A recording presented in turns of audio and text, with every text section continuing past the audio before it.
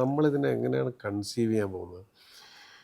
ഒരു കഥാപാത്രത്തെ നമ്മൾ വിളിക്കുന്നു. ഈ കഥാപാത്രം എന്താണ്? ഇപ്പോൾ സ്പായിൽ പോകണമെങ്കിൽ അതിന് ഈ ഡിസ്പോസിബിൾ ബ്രീഫ് ഇട്ട് നിൽക്കണം, അല്ലെങ്കിൽ പാൻറ്റീസ് ഇട്ട് നിൽക്കണം. അപ്പോൾ ഇങ്ങനെ ധരിച്ചിട്ടാണോ? അപ്പോൾ ഇതിൻ്റെ കോസ്റ്റ്യൂം ഡിസൈൻ പ്ലാൻ എന്താണ്? എന്തൊക്കെ വിഷ്വൽസാണ് ഉണ്ടാക്കാൻ പോകുന്നത്? എങ്ങനെയാണ് ഈ സിനിമയെ വിഷ്വലൈസ് ചെയ്യാൻ പോകുന്നത് എന്നുള്ളത് ചിലപ്പോൾ ഭയക്കുവാണല്ലോ. എന്നെ വിളിച്ചാൽ ഞാനും ഭയന്ന് പോകും. മനസ്സിലായില്ലേ?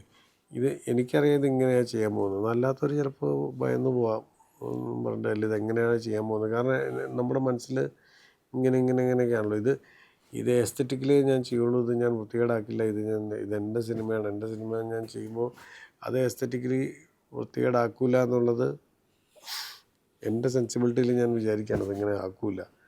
ഇവോൾവ് ചെയ്ത് വരുന്ന പ്രോസസ്സാണ്. ഇത് ഇങ്ങനെയൊക്കെ ആയിരിക്കും ചെയ്യാൻ പോകുന്നതെന്നാണെന്ന് എനിക്കറിയാമല്ലോ. ഇത് ചിലപ്പം മറ്റൊരാൾക്ക് ചിലപ്പോൾ ആ വിശ്വാസം വന്നുകൊള്ളണമെന്നില്ല.